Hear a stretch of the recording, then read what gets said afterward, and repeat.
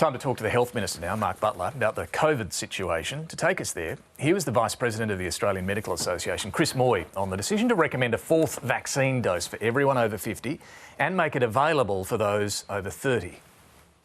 For many people, if they're comfortable to have a very safe fourth shot, absolutely go for it. However, there is a slight issue about where we sit later if we need to go later if we get another wave, or if, for example, we need to shift to an Omicron-specific vaccine. And I think there is a little bit of an issue about what the advice will be. Do we go to a fifth shot when, at the moment, there's not a lot of evidence across the world for a fifth shot? Mark Butler, welcome to the program. Thank you, David. So before we get to who should and shouldn't get a fourth vaccine dose, how worried are you about this latest COVID wave in Australia? Well, I think health authorities across the country are worried about this third Omicron wave for the year. We already have about 250,000 people today with COVID officially, and probably many more, tens of thousands, without having officially reported or not having symptoms. There are about 4,000 people in hospital now with COVID, and we're still seeing several hundred, a few hundred deaths every week from COVID. So this is very serious. The unique thing about this particular wave, which is driven by two new subvariants of Omicron, BA4 and BA5, is that people are getting reinfected with these new subvariants. So the fact that you had COVID earlier this year, the fact you might have only had COVID a couple of months ago, does not necessarily protect you from getting infected again. And that was the very strong advice from the chief health officers just on Friday, when they said that the reinfection period would now be shortened from 12 weeks to just 4 weeks. So if you have had COVID and 4 or 5 weeks later start to get symptoms again, you should get tested and isolate. So how serious could this get? You mentioned 4,000 in hospital at the moment with COVID, and deaths are running at about 300 a week. How bad is it going to get in the next 6 weeks?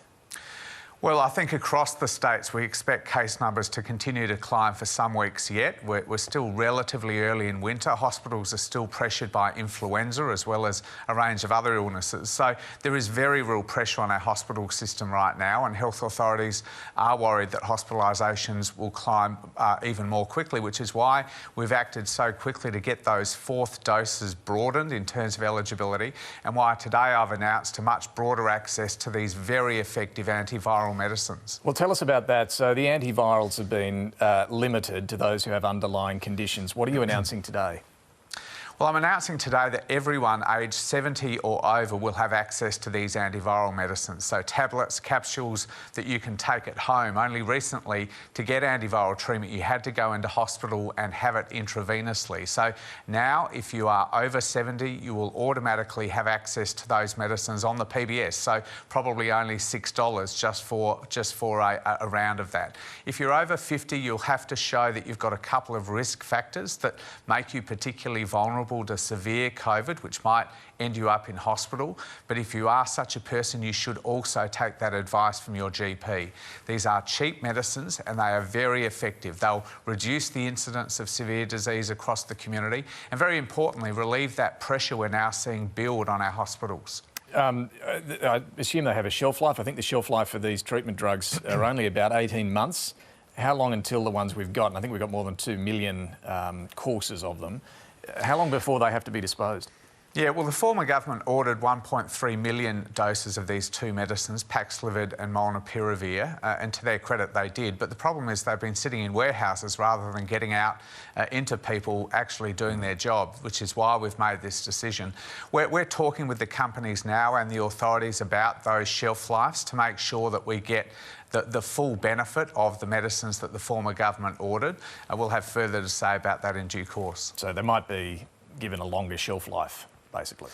Well, that's certainly my ambition. I mean, what I really want, though, is to get them out of the warehouses, onto pharmacists' shelves and into people who are at risk of severe disease. And that's really the impact of the decision I've announced today, which we've fast-tracked. So on vaccines now, the recommendation as of Thursday, and this will be taking effect from tomorrow, it's recommended, the fourth dose for everyone over 50. For those over 30, though, those in their 30s and 40s, they can get a fourth jab, but ATAGI says the benefits are limited. Some might be confused what to do here. We know there are more variant-specific vaccines that are being looked at the moment from Pfizer and Moderna. Should they wait for those, or should they go and get the fourth jab that's there now?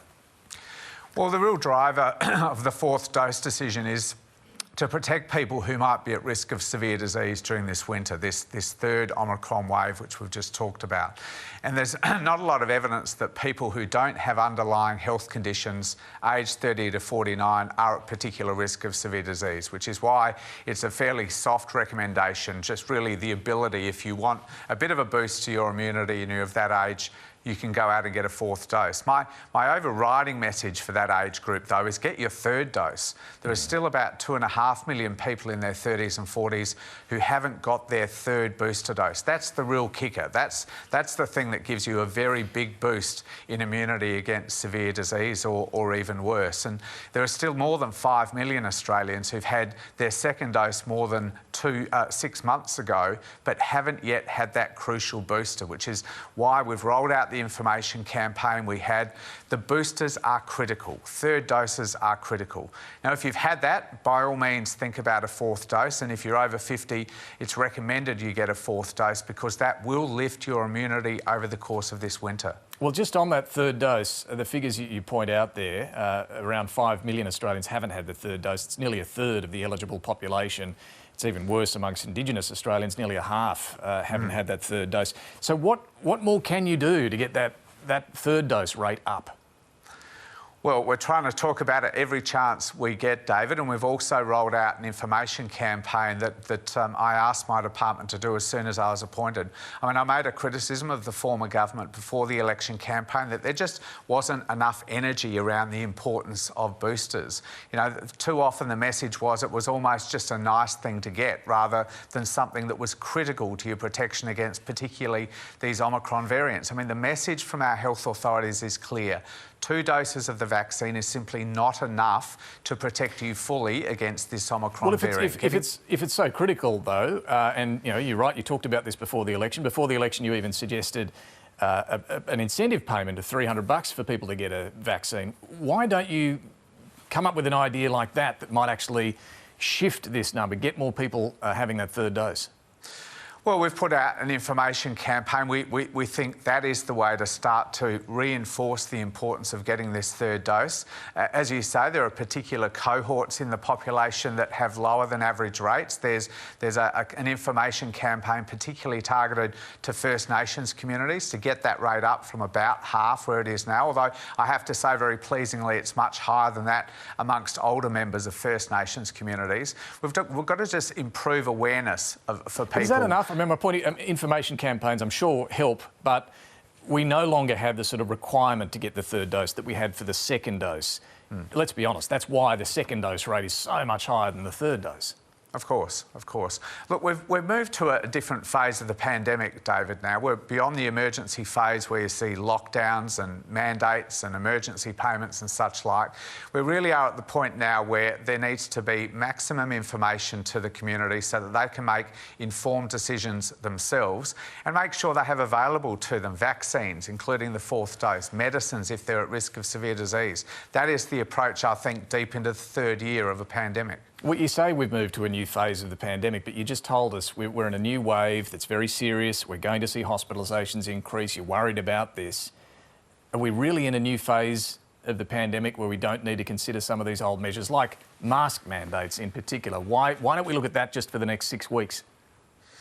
Well, there's no advice to me or to any of the state health ministers that we should introduce broad-based mask mandates. The Chief Health Officers only met in the last couple of days and there was no such advice given by them. Again, I think the broad view is that in this phase of the pandemic, mask mandates and things like that are best done in a targeted way. So there are mask mandates in aged care and health facilities, on public transport, on aeroplanes and such like, and very clear advice from the Chief Health Officers that if you're in a crowded indoor space with no ability to socially distance, you should give very strong consideration to wearing a mask. That is the health advice right now, David. You only have to, go to the movies or a shopping centre or the footy to see how ineffectual a recommendation is. So many people not wearing masks. Wasn't one of the lessons of the pandemic that these things, mask mandates for a fixed period, work? Well, they do, but we're deep into the third year. They did work very well in the first couple of years. We're deep into the third year, David, and the health advice that we're all receiving, and it's only been issued again in the last few days, is that these sorts of mandates at this phase of the pandemic are best done in a targeted way, particularly focusing on risk of severe disease among the vulnerable population. And that's the advice that we're following. Pandemic leave payments have also come to an end. You've decided not to extend them. If people are still required to isolate when they have COVID, unlike any other illness, you've got to isolate if you have COVID.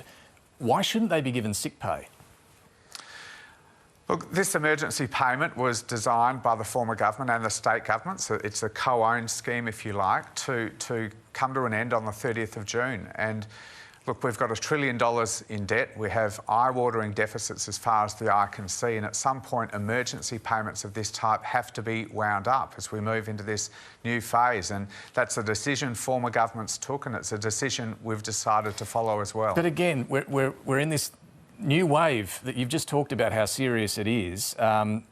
Casuals, if they get COVID, should they just isolate and go without an income, or should they risk turning up at work with COVID?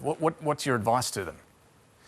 Well, of course, there are state rules to isolate, and these emergency payments just simply have to be wound up at some point. And whatever but why now, at the start of a new wave, of a third wave? I mean, the ACTU, some of the retail and hospitality industry groups are all saying, for the safety of our workforce, you need to have a COVID pandemic leave payment still in place so people do isolate.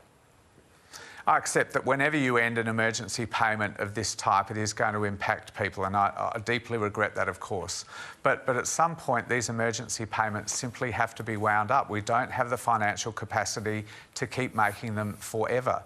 They were intended to wind up on the 30th of June. That was the decision taken by the former government and all state governments who are co-signatories to that scheme, and it's a decision we've had to continue. So if things get really bad in the hospital system in the coming 6 weeks, you won't reconsider this or mask wearing or any of these things that are being phased out?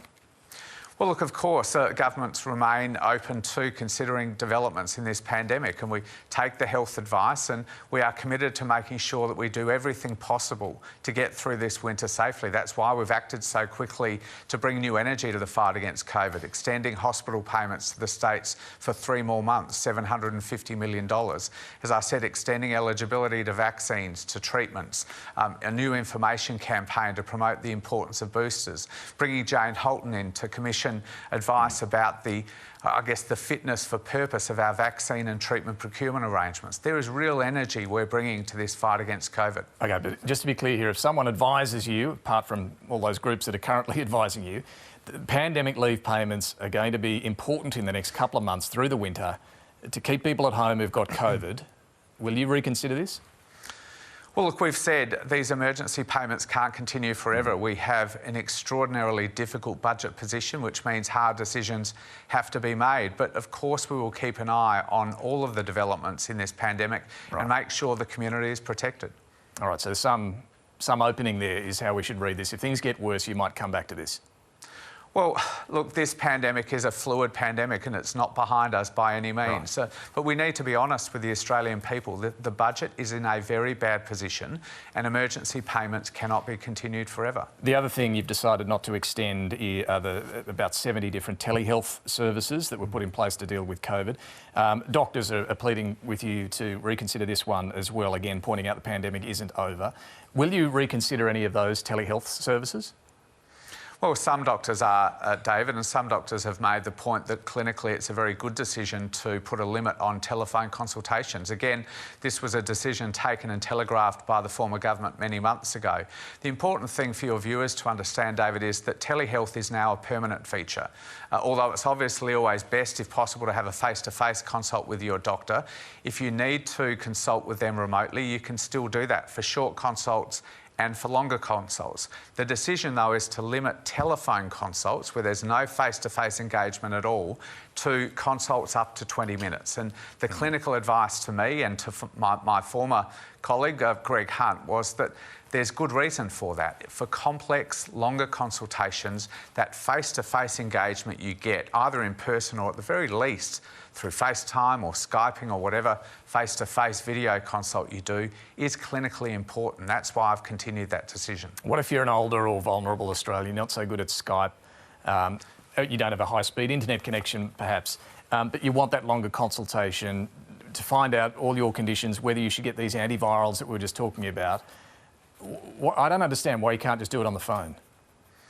Well, the clinical advice has been there's good reason not to do longer, complex consultations without some ability to have face-to-face engagement. Now, 6 out of 7 of these consultations are under 20 minutes. That won't be impacted. You can do it over the phone or you can do it over video. But I've had some clear advice, and my predecessor had the same advice, that there's good reason to require face-to-face engagement for consults over 20 minutes. And there's been substantial notice given to doctors about this. There really has been substantial notice. All right, Health Minister Mark Butler, we'll have to leave it there. Thanks for joining us this morning. Thank you, David.